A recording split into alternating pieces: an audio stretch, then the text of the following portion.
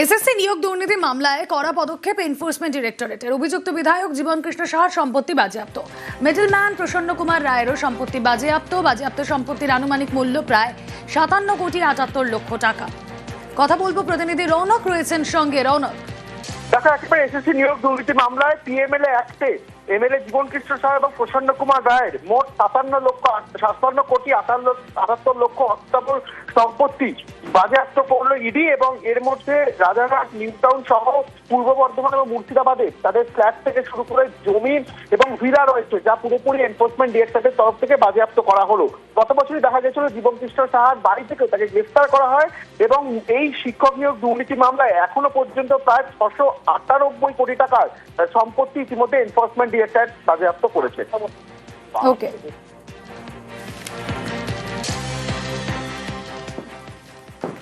24শে জানুয়ারির মধ্যে logical discrepancy list, যুক্তিগ্রাহ্য তথ্য বিভ্রাটের তালিকা প্রকাশের নির্দেশ সিইওকে নির্দেশ দিল জাতীয় নির্বাচন কমিশন। কথা বলবো মৈত্রেয়ী ভট্টাচার্য রয়েছেন সঙ্গে। মৈত্রেয়ী, সর্বোচ্চ আদালতের নির্দেশ ছিলই 19 তারিখে। সেই নির্দেশকে এবার রাজ্যের মুখ্য নির্বাচনী আধিকারিকের কাছে সাবমিট করলো জাতীয় নির্বাচন কমিশন এবং কার্যত বলা যায় সময় বেঁধে দিল, যে সময়ের জন্য অপেক্ষা করা হচ্ছিল।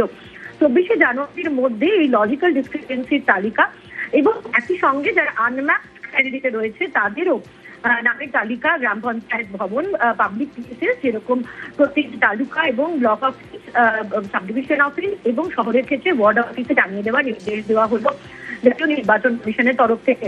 এর পাশাপাশি লজিক্যাল ডিসক্রিপেন্সি বা আনম্যাপড ক্যাটাগরি যারা রয়েছেন তাদের ক্ষেত্রে তাদের ডকুমেন্ট সাবমিশন বা অবজেকশনের ক্ষেত্রে তারা যদি কোনো অথরাইজড রিপ্রেজেন্টেটিভ রাখতে চায় সেক্ষেত্রে বিএলওর অ্যালাউ করা যাবে এবং তার জন্য যে অথরিটি লেটার নিয়ে তাকে আসতে হবে সেই নির্দেশও দেওয়া হয়েছে।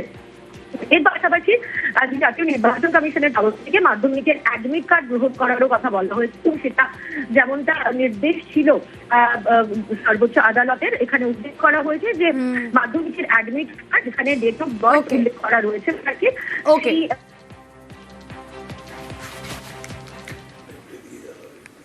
লজিক্যাল ডিসক্রিপেন্সি, যুক্তিগ্রাহ্য তথ্য বিভ্রাট, এর জন্য কাদের তলব করা হচ্ছে তার তালিকা প্রকাশ করতে হবে কমিশনকে। রাজ্যের দাবিতে মান্যতা দিয়ে গত সোমবারই নির্দেশ দিয়েছিল সুপ্রিম কোর্ট। লজিক্যাল ডিসক্রিপেন্সি এটা কিন্তু কোনো এসআইআর এ ছিল না, এটা নতুন করে দলদাসদের মাথা থেকে বেরিয়েছে। আরো 1,33,00,000 থেকে 36 লক্ষ নামের তালিকা করেছেন, যে তালিকা আমাদের কারো কাছে নেই, কোনো পার্টিকে দেয়নি, নিজেরা বিজেপি পার্টি অফিসে ধরে রেখে দিয়েছে। সরব হন মুখ্যমন্ত্রী মমতা বন্দ্যোপাধ্যায়, আদালতে মামলা করে তৃণমূল। সোমবার লজিক্যাল ডিসক্রিপেন্সি বা যুক্তিগ্রাহ্য তথ্য বিভ্রাট নিয়ে নির্দেশ দিল সুপ্রিম কোর্ট। নির্বাচন কমিশনকে দেশের শীর্ষ আদালতের নির্দেশ। লজিক্যাল ডিসক্রিপেন্সি বা যুক্তিগ্রাহ্য তথ্য বিভ্রাটের জন্য যে ভোটারদের নোটিশ দেওয়া হয়েছে তাদের তালিকা প্রকাশ করতে হবে নির্বাচন কমিশনকে। সুপ্রিম কোর্টের এই নির্দেশের পরই আরো গরম বাংলার রাজনীতি। এই জয় মামাটি মানুষের, এই জয় খেটে খাওয়া মানুষের, এই জয় বাংলার, তাদের দু গালে দুটো কষিয়ে থাপ্পড় মেরেছে দেশের সর্বোচ্চ আদালত। আজকে কোর্টে হারালাম, এপ্রিলে ভোটে হারাবো। আমরা তো গালে থাপ্পড় বলতে পারি না, তবে জোড়া ফুলে জোড়া থাপ্পড় পড়বে। তৃণমূল কংগ্রেস বিকেলে ভোরের ফুল দেখতে পারে, কিন্তু আজকে সুপ্রিম কোর্টের এই রায়কে আমরা স্বাগত জানাচ্ছি। এসআইআর করতেই হবে, নো এসআইআর নো ভোট।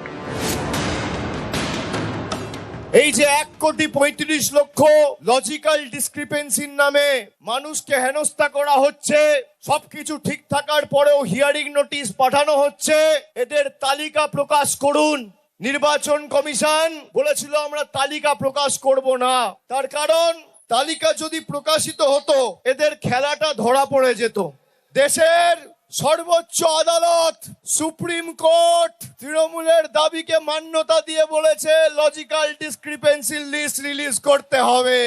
শুধু তাই নয়, বিচারপতিরাও বলেছেন বিএলএ টুরা হিয়ারিং এ থাকবে। এর সাথে যারা হিয়ারিং এ যাচ্ছে তাদেরকে রসিদ দিতে হবে, অ্যাকনলেজমেন্ট দিতে হবে।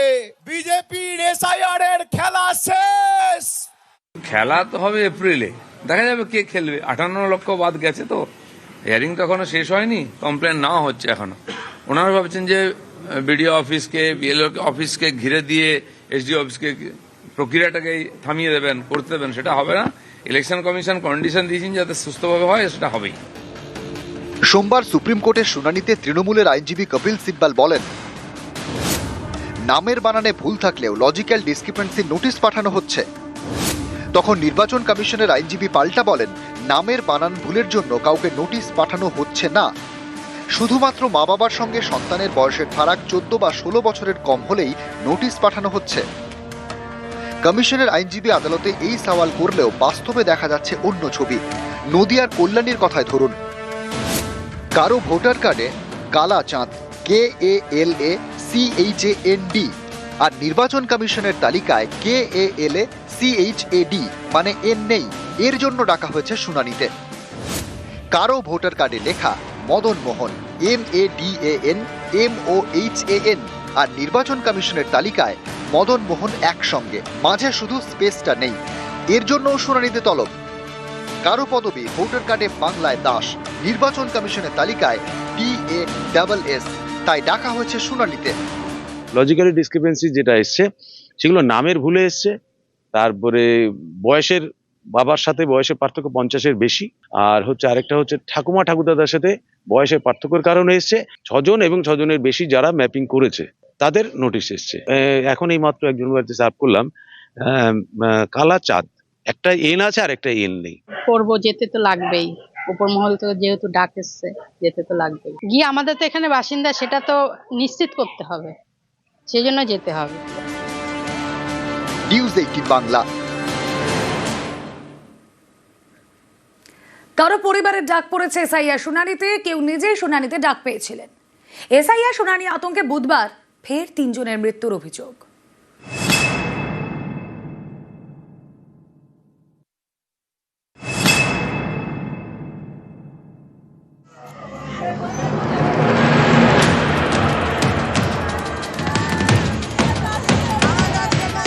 মুর্শিদাবাদের জলঙ্গির বাসিন্দা হাসিনা বিবি, বয়স 75। বুধবার সকালে তাঁর মৃত্যু হয়। পরিবারের দাবি, তাদের সবাইকে এসআইআর শুনানির নোটিশ দেওয়া হয়েছে। শুনানির নোটিশে আতঙ্কে ছিলেন বৃদ্ধা, এর জেরেই স্ট্রোক হয়ে মৃত্যু বলে দাবি পরিবারের। লাতি ছেলেপিলের গেলারে একটু কাগজ ভুল এসছে এসআরের জন্য। আমার মা আজকে বেলা 7টার সময়তে ইন্তিকাল করেছে, স্ট্রোক করেছে। কাগজ করতে হবে, অফিসে যেতে হবে, এই জন্য আমার মা চিন্তা করেছে, চিন্তা করার পরে স্ট্রোক করেছে। ছেলেদের কি হবে, কান্দি বেড়াচ্ছিল।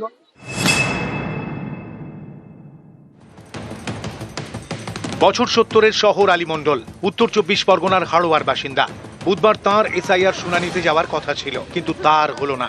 শুনানিতে যাওয়ার আগেই মারা যান।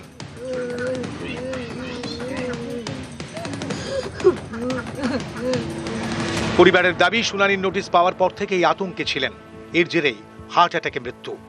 আমার বাপ চিন্তা ভাবনা করতো, কাগজপত্র ঠিক ছিল না বলে প্রচুর চিন্তা করতো। আমার বাপ চিন্তা করতে করতে আমার বাপ মৃত্যু হলো। এই এসআইআর চিন্তা করতে পারতে? হ্যাঁ, আজকে তো হিয়ারিং ছিল। আজকে হিয়ারিং ছিল। জলপাইগুড়ি সদরের গড়ালবাড়ির বাসিন্দা মকবুল হক, 28শে জানুয়ারি তাঁর এসআইআর শুনানি। বুধবার ভোরে মারা যান মকবুল। পরিবারের দাবি, এসআইআর শুনানি আতঙ্কে হার্ট অ্যাটাক হয়েছে, তাতেই মৃত্যু। এসআইআর এর নাম আসছে লিস্টে আর কি, তো শুনে আর কি কালকের থেকে মানে টেনশনে ছিল। তারপরে হঠাৎ করে ডাক দিছে, যাইতে তো পারেনি, অসুস্থ। তারপরে আজকে রাত্রের বেলায় মানে একদম হার্ট অ্যাটাকের মতন হয়ে গেছে, সকালবেলায় মানে মৃত্যু হয়ে গেল। নিউজ 18 বাংলা।